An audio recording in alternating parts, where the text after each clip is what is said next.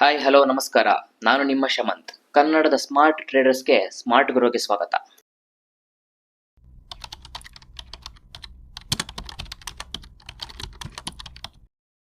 April 2ನೇ ವಾರ ಆದಮೇಲೆ ವೀಕ್ಲಿ ಅನಾಲಿಸಿಸ್ ಅಲ್ಲಿ ಸ್ಟಾಕ್ ಮಾರ್ಕೆಟ್ ಏನಾಗ್ತದೆ ಅಂತ ನೋಡೋಣ. ಸೊ ಈ ವಾರದ ವೀಕ್ಲಿ ಅನಾಲಿಸಿಸ್ ಪ್ರಕಾರ ಮಾರ್ಕೆಟ್ ಒಂದು ಒಳ್ಳೆ ಸಪೋರ್ಟ್ ಲೆವೆಲ್ ಅಲ್ಲಿ ಬಂದು ರಿವರ್ಸಲ್ ನ ಕಂಡಂತೆ ಕಾಣ್ತಾ ಇದೆ. ನೀವು 2023 ಡಿಸೆಂಬರ್ ಇಂದ ನೋಡಿದ್ರು ಈ ವೀಕ್ಲಿ ಬಂದಿರೋದು ಒಂದು ಒಳ್ಳೆ ಗ್ರೀನ್ ಕ್ಯಾಂಡಲ್. ಈ ತರ ಮೊಮೆಂಟಮ್ ಗ್ರೀನ್ ಕ್ಯಾಂಡಲ್ ಬಂದಿದೆ ಅಂತಂದ್ರೆ ಸಪೋರ್ಟ್ ನಲ್ಲಿ ಒಳ್ಳೆ ಬೈಯರ್ಸ್ ಆಕ್ಟಿವೇಟ್ ಆಗಿದ್ದಾರೆ ಅಂತ ಅರ್ಥ. ಇವಾಗ ನೀವು ವೀಕ್ಲಿ ನಲ್ಲಿ ನೋಡಕ್ ಹೋದ್ರೆ ಪೂರ್ತಿ ನಮಗೆ ಒಂದೊಳ್ಳೆ ಪ್ಯಾಟರ್ನ್ ಸಿಕ್ಕಿದೆ. ಈ ಪ್ಯಾಟರ್ನ್ ಮಾಡಿ ಮಾರ್ಕೆಟ್ ರಿವರ್ಸಲ್ ತಗೊಂಡಿದೆ. ಮತ್ತೆ ಮಾರ್ಕೆಟ್ ನಿಫ್ಟಿ ಒಂದೊಳ್ಳೆ ಸೈನ್ ಕೂಡ ಕೊಟ್ಟಿದೆ. ನೋಡಿ ಇಲ್ಲಿ 1, 2, 3 ದಿನದ ಹೈ ಮೇಲೆ ಮಾರ್ಕೆಟ್, 3 ವಾರದ ಹೈ ಮೇಲೆ 1, 2, 3 ವಾರದ ಹೈ ಮೇಲೆ ಮಾರ್ಕೆಟ್ ಕ್ಲೋಸ್ ಕೊಟ್ಟಿದೆ. ಸೊ ಸದ್ಯಕ್ಕೆ ಬುಲ್ಲಿಶ್ ತೋರಿಸ್ತಿದೆ ಮಾರ್ಕೆಟ್. ಆದ್ರೆ US ಇರಾನ್ ಇಸ್ರೇಲ್ ವಾರ್ ನಡೀತಾ ಇರೋದ್ರಿಂದ ಮಾರ್ಕೆಟ್ ಅಲ್ಲಿ ನಾವು ತುಂಬಾ ಹುಷಾರಾಗಿರ್ಬೇಕು. ಇವಾಗ ಒಂದು ಒಳ್ಳೆ ನ್ಯೂಸ್ ಬಂತು ಅಂದ್ರೆ ಮಾರ್ಕೆಟ್ ಮೇಲಕ್ಕೆ ಹೋಗುತ್ತೆ, ಒಂದು ಕೆಟ್ಟ ನ್ಯೂಸ್ ಬಂತು ಅಂದ್ರೆ ತಕ್ಷಣ ಮಾರ್ಕೆಟ್ ತುಂಬಾ ಪ್ಯಾನಿಕ್ ಆಗಿ ಕೆಳಗಡೆ ಬೀಳ್ತದೆ. ಸೊ ಅದಕ್ಕೆ ನಾವು ತುಂಬಾ ಹುಷಾರಾಗಿರ್ಬೇಕು. ಮಾರ್ಕೆಟ್ ನಲ್ಲಿ ನೋಡಿ ಇವೆಂಟ್ಸ್ ಅಂತ ಆಗತ್ತೆ. 2024 ಜೂನ್ ನಲ್ಲಿ ಎಲೆಕ್ಷನ್ ರಿಸಲ್ಟ್ ಬಂದಿತ್ತು. ಆ ಎಲೆಕ್ಷನ್ ರಿಸಲ್ಟ್ ಬ್ಯಾಕ್ ಫೈರ್ ಆಗಿದ್ರಿಂದ ದೊಡ್ಡ ಕರೆಕ್ಷನ್ ತಗೊಂಡು ಮಾರ್ಕೆಟ್ ಇದೇ ಲೆವೆಲ್ ಇಂದ ಮೇಲಕ್ಕೆ ಹೋಯ್ತು. Last time last year tariff war ನಲ್ಲಿ ನೋಡಿ, ಡೇಟ್ ನೋಡ್ಕೊಳ್ಳಿ, ಏನು 7th ಏಪ್ರಿಲ್ ಅಂತ ತೋರಿಸ್ತದೆ. ಆ ವೀಕ್ 7th ಏಪ್ರಿಲ್ ನ ವೀಕ್ ಅಲ್ಲಿ ಮಾರ್ಕೆಟ್ ಒಂದು ಒಳ್ಳೆ ಗ್ರೀನ್ ಕ್ಯಾಂಡಲ್ ನ ಮಾಡಿತ್ತು. ಈ ಸರಿ 6th ಏಪ್ರಿಲ್ ನ ವೀಕ್ ನಲ್ಲಿ ಮಾರ್ಕೆಟ್ ಒಂದು ಒಳ್ಳೆ ಗ್ರೀನ್ ಕ್ಯಾಂಡಲ್ ನ ಮಾಡಿದೆ.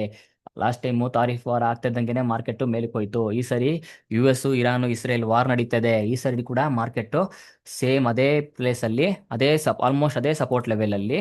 ಮತ್ತೆ ಏಪ್ರಿಲ್ ತಿಂಗಳ ಇದೇ ವಾರ 2ನೇ ವಾರದಲ್ಲೇ ಮಾರ್ಕೆಟ್ ಮೇಲಕ್ಕೆ ಹೋಗಿದ್ದು. Last week same pattern, history repeat ಅಂತ ಹೇಳ್ತೀವಿ ಸ್ಟಾಕ್ ಮಾರ್ಕೆಟ್ ಅಲ್ಲಿ. ಹಿಸ್ಟ್ರಿ ರಿಪೀಟ್ ಆಯ್ತು ಅಂತಂದ್ರೆ ಮತ್ತೆ ಮಾರ್ಕೆಟ್ ಮೇಲಕ್ಕೆ ಹೋಗೋ ಚಾನ್ಸಸ್ ಇದೆ, ಆಲ್ ಟೈಮ್ ಹೇಗೆ ಹೋಗೋ ಚಾನ್ಸಸ್ ಇದೆ. ಇವಾಗ ಇದು ನಮಗೆ ಆಲ್ ಟೈಮ್ ಹೈ ಬಂದು ನಮಗೆ ಸೈಡ್ ವೇಸ್ ನ ರೆಸಿಸ್ಟೆನ್ಸ್, ಇದು ಬಂದು ನಮಗೆ ಸೈಡ್ ವೇಸ್ ನ ಸಪೋರ್ಟ್. ಈ ಸಪೋರ್ಟ್ ನ ಬ್ರೇಕ್ ಡೌನ್ ಆಯ್ತು ಅಂದ್ರೆ ಇನ್ನೊಂದು ಡೌನ್ ಸೈಡ್ ನೋಡ್ಬೋದು ನಾವು. ಇಲ್ಲಿ ತನಕ ರೆಸಿಸ್ಟೆನ್ಸ್ ನ ಬ್ರೇಕ್ಔಟ್ ಆಯ್ತು ಅಂದ್ರೆ ಇನ್ನೊಂದು ಆಲ್ ಟೈಮ್ ನೋಡ್ಬೋದು ನಾವು ನಿಫ್ಟಿನಲ್ಲಿ. ಲಾಂಗ್ ಟರ್ಮ್ ಇನ್ವೆಸ್ಟರ್ ಆಗಿದ್ರೆ ಇವಾಗ ಮಾರ್ಕೆಟ್ ನಲ್ಲಿ ಒಳ್ಳೆ ಬೈ ಅಂಡ್ ಡಿಪ್ ಇದೆ, ಮಾರ್ಕೆಟ್ ಮತ್ತೆ ಮೇಲೆ ಹೋಗ್ತದೆ. ಶಾರ್ಟ್ ಟರ್ಮ್ ಆಗಿದ್ರೆ ಇನ್ನೊಂದು ಸ್ವಲ್ಪ ಕಾಯೋದು ಒಳ್ಳೇದು. ಈಗಾಗಲೇ US ಇರಾನ್ದು ಮತ್ತೆ ನೆಗೋಷಿಯೇಷನ್ಸ್ ಏನು ಆಗ್ತಾ ಇಲ್ಲ ಅಂತ ಒಂದು ನ್ಯೂಸ್ ಬಂದಿದೆ. ಅದರಿಂದ ಮತ್ತೆ ನಾಳೆ ಮಾರ್ಕೆಟ್ ಪ್ಯಾನಿಕ್ ಆಗಿ ಕೆಳಗಡೆ ಬಿದ್ದು ಒಂದು ಕರೆಕ್ಷನ್ ತಗೊಂಡು ಮೇಲೆ ಹೋಗೋ ಚಾನ್ಸಸ್ ಇದೆ. ನೋಡೋಣ ಏನಾಗುತ್ತೆ ಮಾರ್ಕೆಟ್ ನಲ್ಲಿ ಅಂತ. ಇವಾಗ ಡೈಲಿ ಅನಾಲಿಸಿಸ್ ಮಾಡೋಣ. ಡೈಲಿ ಅನಾಲಿಸಿಸ್ ಅಲ್ಲಿ ಮಾರ್ಕೆಟ್ ಏನ್ ಹೇಳಿದೆ, ಒಂದು ಒಳ್ಳೆ ಡೌನ್ ಟ್ರೆಂಡ್ ಆಗಿತ್ತು. ಸಪೋರ್ಟ್ ನಲ್ಲಿ ಏನ್ ಹೇಳಿದೆ ಮಾರ್ಕೆಟ್, ಏನ್ ಸಿಗ್ನಲ್ ಕೊಟ್ಟಿದೆ ನೋಡಿ. ಇಲ್ಲಿ ಯಾವ ಕ್ಯಾಂಡಲ್ ಸ್ಟಿಕ್ ಅಂತ ಗೊತ್ತಿದ್ದವರು ಕಮೆಂಟ್ ಮಾಡಿ. ಅದಾದ್ಮೇಲೆ ಮಾರ್ಕೆಟ್ ನಿಫ್ಟಿ ಬಂದು ಪ್ರೈಸ್ ಇಲ್ಲಿಂದ ಈ ಸಪೋರ್ಟ್ ಇಂದ ಪ್ರೈಸ್ ಮೇಲೆ ಬಂದು ಸೈಡ್ ವೇಸ್ ಮಾಡಿದೆ. ಈ ಪ್ಯಾಟರ್ನ್ ಏನು ಅಂತ ಗೊತ್ತಿದ್ದವರು ಕಮೆಂಟ್ ಮಾಡಿ. ಸ್ಟಾಕ್ ಮಾರ್ಕೆಟ್ ನಲ್ಲಿ ತಿಳ್ಕೊಂಡು ನಾಲೆಜ್ ಇಟ್ಕೊಂಡ್ರೆ ಮಾತ್ರ ಸ್ಟಾಕ್ ಮಾರ್ಕೆಟ್ ಅಲ್ಲಿ ನೀವು ಟ್ರೇಡ್ ಮಾಡಕ್ ಸಾಧ್ಯ. ಗೊತ್ತಿಲ್ದಲೆ ಟೆಲಿಗ್ರಾಮ್ ಚಾನಲ್ ಅಲ್ಲಿ ಹೇಳಿದ್ರು, ಯೂಟ್ಯೂಬ್ ಚಾನಲ್ ಹೇಳಿದ್ರು ಅಂತ ನೀವು ಟ್ರೇಡ್ ಮಾಡಕ್ ಹೋದ್ರೆ ಖಂಡಿತವಾಗ್ಲೂ ಸ್ಟಾಕ್ ಮಾರ್ಕೆಟ್ ಅಲ್ಲಿ ಸಸ್ಟೈನ್ ಆಗೋದು ತುಂಬಾ ಕಷ್ಟ ಇದೆ. ಡೈಲಿನಲ್ಲಿ ನೋಡಕ್ ಹೋದ್ರು ಅಷ್ಟೇನೆ ನಿಮ್ಗೆ ಒಂದು ಒಳ್ಳೆ ಸಪೋರ್ಟ್ ಲೆವೆಲ್ ಇಂದ ಮಾರ್ಕೆಟ್ ಪ್ರೈಸ್ ಆಕ್ಷನ್ ಮಾಡ್ಕೊಂಡು ಮೇಲಕ್ಕೆ ಹೋಗ್ತದೆ. ಇವಾಗ ನಾವು ನೋಡ್ಬೇಕಾಗಿರೋದು ಪ್ರೈಸ್ ಆಕ್ಷನ್ ಆಗಿದೆ, ಇಲ್ಲಿಂದ ಕೆಳಗಡೆ ಬಿದ್ದಿದೆ, ಸಸ್ಟೈನ್ ಆಗತ್ತಾ ಇಲ್ವಾ ಅಂತ ನೋಡ್ಬೇಕು. ಇವಾಗ RBI ಕೂಡ ಒಂದಷ್ಟು ರೆಗ್ಯುಲೇಷನ್ಸ್ ನ ಮಾಡ್ಕೊಂಡಿದೆ. ENR ರೇಟ್ ತುಂಬಾ ಜಾಸ್ತಿ ಹೋಗ್ತದೆ, ಡಾಲರ್ ರೇಟ್ ನ ಗುಗ್ಗಿಸ್ಬೇಕು ಅಂತ ಅಂದ್ಬಿಟ್ಟು ಒಂದಷ್ಟು ರೆಗ್ಯುಲೇಷನ್ಸ್ ನ ಮಾಡ್ಕೊಂಡಿದೆ. ಇದು ನಿಫ್ಟಿ ವೀಕ್ಲಿ ಅನಾಲಿಸಿಸ್ ಆಗಿತ್ತು. ಬ್ಯಾಂಕ್ ನಿಫ್ಟಿ ಏನಾಗ್ತದೆ ನೋಡೋಣ. ವೀಕ್ಲಿನಲ್ಲಿ ಬ್ಯಾಂಕ್ ನಿಫ್ಟಿನೂ ಅಷ್ಟೇ ಈ ವಾರ ನೋಡಿ 2023 ನೋಡಕ್ ಹೋದ್ರು ಮಾರ್ಕೆಟ್ 2023 ಒಂದು ಆಲ್ ಟೈಮ್ ಹೈ ಮಾಡಿತ್ತು bank Nifty.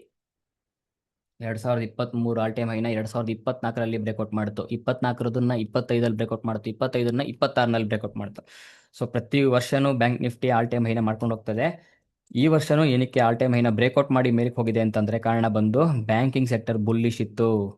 Banking sector bullish ಇದ್ರಿಂದ ಒಂದೊಳ್ಳೆ ಆಲ್ ಟೈಮ್ ಹೈನ ಮಾಡಿದೆ, ಮತ್ತೆ ಕರೆಕ್ಷನ್ ತಗೊಂಡಿದೆ. ಈ ಕರೆಕ್ಷನ್ ಅಲ್ಲಿ ವೀಕ್ಲಿನಲ್ಲಿ ಬ್ಯಾಂಕ್ ನಿಫ್ಟಿ ಕೂಡ ಒಂದೊಳ್ಳೆ ಬುಲ್ಲಿಶ್ ಸೆಂಟಿಮೆಂಟ್ ತೋರಿಸ್ತಾ ಇದೆ. ಡೈಲಿನಲ್ಲಿ ನೋಡಿ ಏನ್ ಹೇಳಿದೆ, ಡೈಲಿನಲ್ಲಿ ಮಾರ್ಕೆಟ್ ಬ್ಯಾಂಕ್ ನಿಫ್ಟಿ ಕೆಳಗಡೆ ಬೀಳ್ಬೇಕಾದ್ರೆ ಇಲ್ಲಿ ಒಂದು ಸಿಗ್ನಲ್ ಕೊಟ್ಟಿದೆ. ಏನಿದು ಸಿಗ್ನಲ್ ಅನ್ನೋದು ಗೊತ್ತಿರೋರು ಹೇಳಿ. ಪ್ರೈಸ್ ಮೇಲಕ್ಕೆ ಹೋಗ್ತದೆ. ಸದ್ಯಕ್ಕೆ ಇದು ಅಷ್ಟೇ ಮೇಲಕ್ಕೆ ಹೋಗಿ ಸೈಡ್ ವೇಸ್ ಮಾಡಿದೆ. ಈ ಸೈಡ್ ವೇಸ್ ಝೋನ್ ನ ಬ್ರೇಕ್ಔಟ್ ಮಾಡತ್ತಾ, ಬ್ರೇಕ್ ಡೌನ್ ಮಾಡತ್ತಾ, ಪ್ಯಾನಿಕ್ ಆಗತ್ತಾ ಮತ್ತೆ ಮಾರ್ಕೆಟ್ ಈ ನ್ಯೂಸ್ಗಳಿಗೆ, ಇಲ್ಲ ಹಂಗೆ ಏನು ತಲೆ ಕೆಡಿಸ್ಕೊಳ್ದಲೆ ಮೇಲಕ್ಕೆ ಹೋಗುತ್ತಾ ಅನ್ನೋದು ನೋಡಬೇಕು. ಇನ್ನೊಂದು ಈ ಮಧ್ಯದಲ್ಲಿ ನಮ್ಮ ದೇಶದಲ್ಲಿ ಏನಾಗಿದೆ ಅಂತಂದ್ರೆ 2026 ಫೆಬ್ರವರಿನಲ್ಲಿ ಮ್ಯೂಚುವಲ್ ಫಂಡ್ ಬರ್ತಾ ಇದ್ದಂತ ಇನ್ಫ್ಲೋಸ್ ಬಂದು 25,000 ಕೋಟಿ ಇತ್ತು. 2026 ಮಾರ್ಚ್ ನಲ್ಲಿ ಅಂದ್ರೆ ಒಂದೇ ಒಂದು ತಿಂಗಳ ಗ್ಯಾಪ್ ಅಲ್ಲಿ 52,000 ಕೋಟಿ ಒಂದೇ ತಿಂಗಳಲ್ಲಿ ಬಂದಿದೆ. ಮಾರ್ಚ್ನಲ್ಲಿ ಇನ್ಫ್ಲೋಸ್ ಅಂದರೆ ರಿಟೇಲರ್ಸ್ ಎಸ್ ಐ ಪಿ ಎಲ್ಲ ಇನ್ವೆಸ್ಟ್ ಮಾಡ್ತಾರಲ್ಲ ಮ್ಯೂಚುವಲ್ ಫಂಡಲ್ಲಿ ಎಸ್ ಐ ಪಿ ಲಂಸಮು ಆ ದುಡ್ಡು ಬಂದು 52,000 ಕೋಟಿ ಆಗಿದೆ. ಅಂದರೆ ಮಾರ್ಕೆಟ್ ಕೆಳಗಡೆ ಬಿದ್ದಾಗ ದುಡ್ಡನ್ನ ಹಾಕಬೇಕು ಅನ್ನೋದು ರಿಟೇಲರ್ಸ್ಗೆ ಅರ್ಥ ಆಗ್ತಾ ಬರ್ತಾ ಇದೆ. ಕೆಳಗಡೆ ಬಿದ್ದಾಗ ಡಿಸ್ಕೌಂಟಲ್ಲಿ ಸಿಗುತ್ತೆ, ಒಳ್ಳೆ ಸ್ಟಾಕ್ಸು, ಒಳ್ಳೆ ಮ್ಯೂಚುವಲ್ ಫಂಡ್ಸ್, ಒಳ್ಳೆ ಪ್ರೈಸ್ ಸಿಗ್ತದೆ, ಅವಾಗ ಇನ್ವೆಸ್ಟ್ ಮಾಡಬೇಕು. ಮೇಲಕ್ಕೆ ಹೋದಾಗಲ್ಲ. ಮುಂಚೆ ಮಾಡ್ತಾ ಇದ್ದು ರಿಟೇಲರ್ಸ್ ಏನು ತಪ್ಪು ಮಾಡ್ತಾ ಇದ್ರು ಅಂದರೆ ಮಾರ್ಕೆಟ್ ಮೇಲಕ್ಕೆ ಹೋದಾಗ ದುಡ್ಡು ಹಾಕ್ತಾ ಇದ್ರು, ಕೆಳಗಡೆ ಬಿದ್ದಾಗ ಲಾಸಲ್ಲಿ ಎಕ್ಸಿಟ್ ಮಾಡ್ಕೊಳ್ತಾ ಇದ್ರು.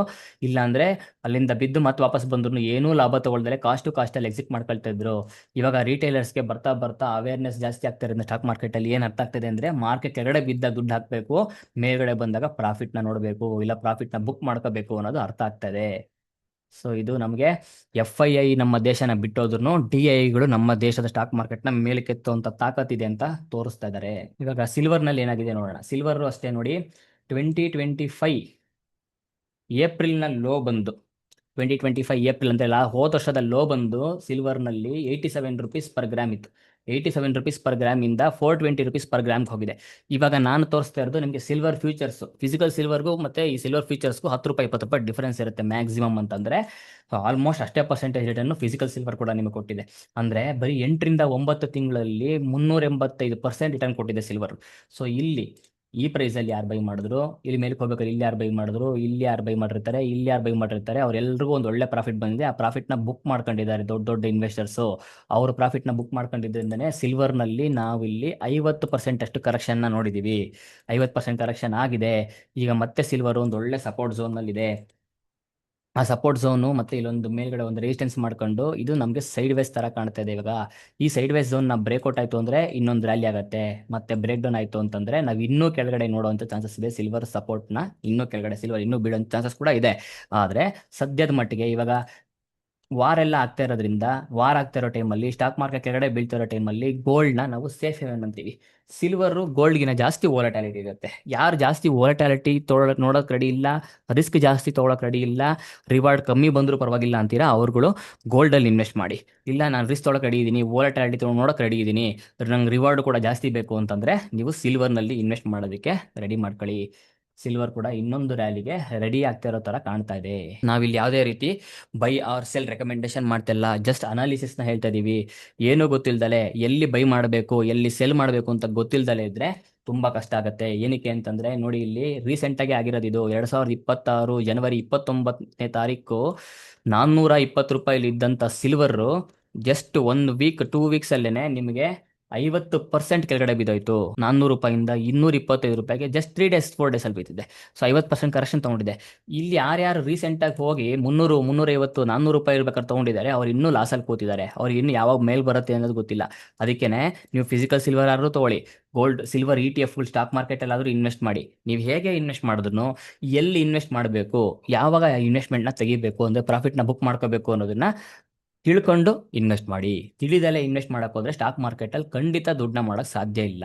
ಗೋಲ್ಡ್ ಫ್ಯೂಚರ್ಸ್ ಏನಾಗ್ತಿದೆ ನೋಡೋಣ. ಗೋಲ್ಡ್ ಫ್ಯೂಚರ್ಸ್ ಅಷ್ಟೇ, ಗೋಲ್ಡ್ ಒಳ್ಳೊಳ್ಳೆ ರ್ಯಾಲಿ ಆಗಿ ರಿಟರ್ನ್ಸ್ ಕೊಟ್ಟಿತ್ತು. ಇವಾಗ ಗೋಲ್ಡ್ ಕೂಡ ಅಷ್ಟೇ side ways ಝೋನಲ್ಲಿದೆ.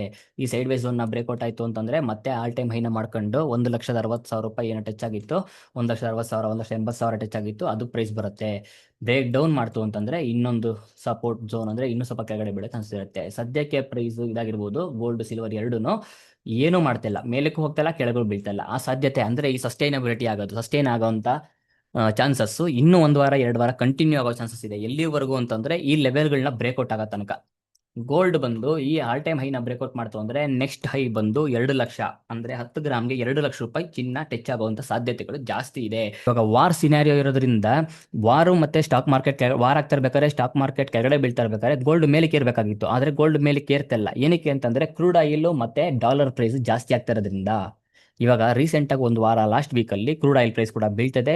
Dollar price crude oil ಯಾವಾಗ ಸಸ್ಟೈನ್ ಆಗುತ್ತೆ, ಕೆಳಗಡೆ ಬಿದ್ದುಬಿಟ್ಟು ಸಸ್ಟೈನ್ ಒಂದು ಲೆವೆಲ್ ಸಸ್ಟೈನ್ ಆಗಿ ಶುರುವಾಗುತ್ತೆ, ಅವಾಗ ಈ ಸಸ್ಟೈನ್ ಆಗ್ತಿರುವಂಥ ಗೋಲ್ಡ್ ಸಿಲ್ವರ್ ಪ್ರೈಸು ಸರ್ಜ್ ಆಗುತ್ತೆ, ಬ್ರೇಕ್ಔಟ್ ಆಗಿ ಮೇಲಕ್ಕೆ ಹೋಗುವಂಥ ಚಾನ್ಸಸ್ ಇದೆ. ಯಾವಾಗಲೂ ನಾವು ನೋಡ್ತಾ ಇರಬೇಕು ನಮ್ಮ ಇನ್ವೆಸ್ಟ್ಮೆಂಟ್ ಏನಾಗ್ತಿದೆ, ಮೇಲಕ್ಕೆ ಹೋಗ್ತಾ ಇದೆಯಾ, ಕೆಳಗೆ ಬೀಳ್ತಾ ಇದೆಯಾ. ನಮ್ಮ ಇನ್ವೆಸ್ಟ್ಮೆಂಟ್ ಮಾಡಿ ಕೂತ್ಕೊಂಡ್ಬಿಟ್ಟು ಸುಮ್ಮನೆ ಕನ್ಮಿಷನ್ ಕೂತ್ಕೊಂಡ್ಬಿಡ್ತೀನಿ, ಅದು ಪ್ರೈಸ್ ಮೇಲಕ್ಕೆ ನಾವು ಹೋಗ್ಕೊಳ್ಳಿ, ಕೆಳಗೆ ನಾವು ಬೀಳ್ಕೊಳ್ಳಿ ಅಂತ ಅಂದ್ಬಿಟ್ಟು ನಾವು ಕೂತ್ಕೊಂಡ್ರೆ ಆಗಲ್ಲ. ನಮ್ಮ ದುಡ್ಡು ನಾವು ಕಷ್ಟಪಟ್ಟು ದುಡ್ದಿರೋ ದುಡ್ಡನ್ನ ಅದ್ರಲ್ಲಿ ಹಾಕ್ತಾ ಇದೀವಿ ಅಂತಂದಾಗ ಅದ್ರ ಬಗ್ಗೆ ಗಮನ ಕೂಡ ನಮ್ಗೆ ಅಷ್ಟೇ ಇರಬೇಕಾಗುತ್ತೆ. ಸ್ಟಾಕ್ ಮಾರ್ಕೆಟಲ್ಲಿ ನೀವು ಇನ್ವೆಸ್ಟ್ ಮಾಡ್ತಾ ಇರಾ, ಟ್ರೇಡ್ ಮಾಡ್ತಾ ಇರಾ ಅಂತಂದರೆ ಅದರಿಂದ ಬರೋವಂಥ ಔಟ್ಕಮ್ 4. ಒಂದೇನಾಗುತ್ತೆ, ಬಿಗ್ ಪ್ರಾಫಿಟ್ ಆಗುತ್ತೆ, ಇಲ್ವಾ ಬಿಗ್ ಲಾಸ್ ಆಗುತ್ತೆ. ಇಲ್ವಾ ಸ್ಮಾಲ್ ಪ್ರಾಫಿಟ್ ಆಗುತ್ತೆ, ಸ್ಮಾಲ್ ಲಾಸ್ ಆಗುತ್ತೆ. ಸೊ ಸ್ಟಾಕ್ ಮಾರ್ಕೆಟಲ್ಲಿ ನಾವು ಮೇಯ್ನ್ ಆಗಿ ಫಸ್ಟ್ ತೆಗಿಬೇಕಾಗಿರೋದು ಬಿಗ್ ಲಾಸ್ ಆಗೋದನ್ನ ತಪ್ಪಿಸ್ಕೋಬೇಕು. ಬಿಗ್ ಲಾಸ್ ಆಗೋದನ್ನ ತಪ್ಪಿಸ್ಕೊಂಡ್ರೆ ಸ್ಮಾಲ್ ಪ್ರಾಫಿಟ್ಸ್ಗಳು, ಸ್ಮಾಲ್ ಲಾಸ್ಗಳು ಆಗಕ್ಕೆ ಶುರುವಾಗುತ್ತೆ. ಸ್ಮಾಲ್ ಲಾಸಿಂದ ಸ್ಮಾಲ್ ಪ್ರಾಫಿಟ್ಗಳು ಆಗಕ್ಕೆ ಶುರುವಾಗುತ್ತೆ. ಸ್ಮಾಲ್ ಪ್ರಾಫಿಟಿಂದ ಆಮೇಲೆ ನಾವು ಬಿಗ್ ಪ್ರಾಫಿಟ್ನ ನೋಡೋಕೆ ಸಾಧ್ಯ.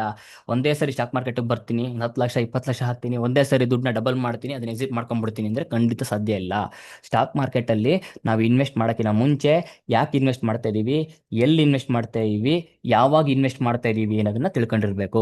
ಈ ಒಂದು ಬೆಸ್ಟ್ ಎಕ್ಸಾಂಪಲ್ ಕೊಡೋದಾದ್ರೆ, ನಿಮ್ಮ ಕೈಲಿ ಗನ್ ಕೊಟ್ಬಿಟ್ಟು 10 ಬುಲೆಟ್ ಕೊಟ್ರೆ, ಆ 10 ಬುಲೆಟ್ನು ನೀವು ಫೈರ್ ಮಾಡ್ತೀರಾ ಅಂತಂದ್ರೆ ಟಾರ್ಗೆಟ್ ರೀಚ್ ಆಗೋದು ಬರೀ 2ರಿಂದ 3 ಬುಲೆಟ್ ಮಾತ್ರ. ಏನಕ್ಕೆ ಅಂದ್ರೆ ನಿಮ್ಗೆ ಶೂಟಿಂಗ್ ಅಂದ್ರೆ ಏನು ಅಂತ ಗೊತ್ತಿಲ್ಲ, ಹೇಗೆ ಶೂಟ್ ಮಾಡಬೇಕು ಅನ್ನೋ ಗೊತ್ತಿಲ್ಲ, ಅದ್ರಲ್ಲಿ ನೀವು ಎಕ್ಸ್ಪರ್ಟೈಸ್ ಆಗಿಲ್ಲ, ಸ್ಟ್ರಾಟಜಿ ನಿಮ್ಮ ಹತ್ರ ಏನೂ ಇಲ್ಲ. ಅದೇ ರೀತಿ ಸ್ಟಾಕ್ ಮಾರ್ಕೆಟಲ್ಲಿ ಕೂಡ ಅಷ್ಟೇನೆ, ಏನೋ ಗೊತ್ತಿಲ್ಲದೆ ಸ್ಟಾಕ್ ಮಾರ್ಕೆಟಲ್ಲಿ ಬಂದು ಇನ್ವೆಸ್ಟ್ ಮಾಡೋ, ಟ್ರೇಡ್ ಮಾಡಿದ್ರೆ 10 ಸರಿ ಟ್ರೇಡ್ ಮಾಡ್ತೀರಾ ಅಂತಂದ್ರೆ ಅದ್ರಲ್ಲಿ 2ರಿಂದ 3 ಸತಿ ಮಾತ್ರ ಪಾಸ್ ಆಗೋ ಚಾನ್ಸಸ್ ಇರುತ್ತೆ. ಅಕ್ಯುರಸಿ ತುಂಬ ಕಮ್ಮಿ ಇರುತ್ತೆ, ನಿಮ್ಗೆ 10ರಿಂದ 20%, 30% ಅಷ್ಟೇ ಇರುತ್ತೆ. ನಿಮ್ಗೊಂದು ಗನ್ ಕೊಟ್ಬಿಟ್ಟು ಶೂಟ್ ಮಾಡಿ ಅಂತ ಹೇಳಿ, ಆ ಶೂಟಿಂಗಲ್ಲಿ ನಿಮಗೆ ಎಕ್ಸ್ಪರ್ಟೈಸ್ ಆದರೆ 1 ವರ್ಷ 2 ವರ್ಷ ನೀವು ಪೂರ್ತಿ ಕಲಿತು ಟ್ರೈನ್ಡ್ ಆಗಿ ನೀವು ಶೂಟ್ ಮಾಡಕ್ಕೆ ಹೋದಾಗ ಏನಾಗುತ್ತೆ, ಟಾರ್ಗೆಟ್ 7ರಿಂದ 8 ಟಾರ್ಗೆಟ್ ರೀಚ್ ಆಗುತ್ತೆ, ಇನ್ನೆರಡು ಮಾತ್ರ ಫೇಲ್ ಆಗುತ್ತೆ. ನಿಮ್ಮ ಅಕ್ಯುರಸಿ 70-80% ಮೇಲೆ ರೀಚ್ ಆಗುತ್ತೆ. ಅದೇ ರೀತಿ ಸ್ಟಾಕ್ ಮಾರ್ಕೆಟಲ್ಲಿ ಕೂಡ ಅಷ್ಟೇ, ನಾಲೆಜ್ ತೊಗೊಳ್ತೀರಾ, ಸ್ಟಾಕ್ ಮಾರ್ಕೆಟ್ ಬಗ್ಗೆ ಕಲಿತೀರಾ, ಅದಕ್ಕೆ ಟೈಮ್ ಕೊಡ್ತೀರಾ, ಅದ್ರ ಮೇಲೆ ವರ್ಕ್ ಮಾಡ್ತೀರಾ, ಅದಾದಮೇಲೆ ನೀವು ಇನ್ವೆಸ್ಟ್ ಮಾಡೋದು, ಟ್ರೇಡ್ ಮಾಡೋದು ಮಾಡಿದ್ರೆ ನಿಮ್ಗೆ ಅಕ್ಯುರಸಿ ಜಾಸ್ತಿ ಆಗುತ್ತೆ. ನೀವು ಫೇಲ್ ಆಗ್ತಾ ಇದ್ದೀರಾ, ಸ್ಟಾಕ್ ಮಾರ್ಕೆಟಲ್ಲಿ ಲಾಸ್ ಮಾಡ್ಕೊಳ್ತಾ ಇದ್ದೀರಾ ಅಂದಾಗ ಕೂಡ ಲಾಸ್ ಏನಕ್ಕೆ ಆಗ್ತಾ ಇದೆ ಅಂತ ತಿಳ್ಕೋಬೇಕು.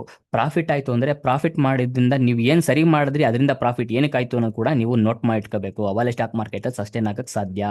ಅದನ್ನು ನಾವು ಜರ್ನಲಿಂಗ್ ಅಂತ ಹೇಳ್ತೀವಿ, ಟ್ರೇಡಿಂಗ್ ಜರ್ನಲಿಂಗ್ ಅಂತ ಅಂದ್ಬಿಟ್ಟು. ಟ್ರೇಡ್ಸ್ನ ನೀವು ಏನಕ್ಕೆ, ಯಾವಾಗ ಟ್ರೇಡ್ ತೊಗೊಂಡ್ರಿ, ಏನಕ್ಕೆ ತೊಗೊಂಡ್ರಿ, ಯಾವಾಗ ಎಕ್ಸಿಟ್ ಮಾಡಿದ್ರಿ, ಎಲ್ಲದನ್ನು ನೀವು ಜರ್ನಲ್ ಇಟ್ಕೋಬೇಕು.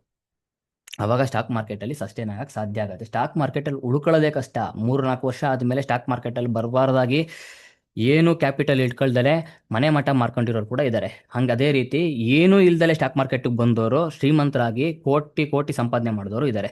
ಅದಕ್ಕೆ ನೀವು ಕೋಟಿ ಕೋಟಿ ಸಂಪಾದನೆ ಮಾಡೋರ ಥರ ಆಗ್ತೀರಾ, ಮನೆ ಮಠ ಮಾರ್ಕೊಳ್ಳೋರ ಥರ ಆಗ್ತೀರಾ ಅಂತ ನೀವು ಯೋಚನೆ ಮಾಡಬೇಕು. ಕಲಿದಲೆ ಮಾಡಿದ್ರೆ ಎಲ್ಲೂ ದುಡ್ಡಿಲ್ಲ, ಎಲ್ಲೂ 1 ರೂಪಾಯಿ ಕೂಡ ನಿಮಗೆ ದುಡ್ಡು ಸುಲಭವಾಗಿ ಹುಟ್ಟಲ್ಲ.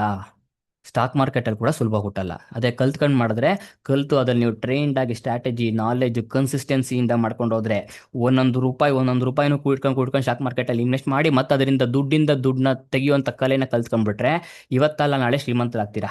ಬೇಗ ಶ್ರೀಮಂತರಾಗಬೇಕು, ಇವತ್ತೇ ದುಡ್ಡು ತೊಗೊಂಡು ಎಲ್ಲ ಹಾಕ್ಬಿಡ್ತೀನಿ, ಸಾಲ ಮಾಡ್ತಂದು ಹಾಕ್ಬಿಡ್ತೀನಿ, ಬೇಗ ಶ್ರೀಮಂತ ಆಗ್ಬಿಡ್ತೀನಿ ಅಂತ ನೋಡಿದ್ರೆ ಇವತ್ತಲ್ಲ, ಈ 10 ವರ್ಷ ಬಿಟ್ಟರು ನೀವು ಶ್ರೀಮಂತರಾಗಕ್ಕೆ ಖಂಡಿತ ಸಾಧ್ಯ ಇಲ್ಲ. ಸೊ ಇದು ಈ ವಾರದ ವೀಕ್ಲಿ ಅನಾಲಿಸಿಸ್ ಆಗಿರುತ್ತೆ. Thank you. ಮುಂದಿನ ವಾರದ ವೀಕ್ಲಿ ಅನಾಲಿಸಿಸ್ ಅಲ್ಲಿ ಸಿಗೋಣ.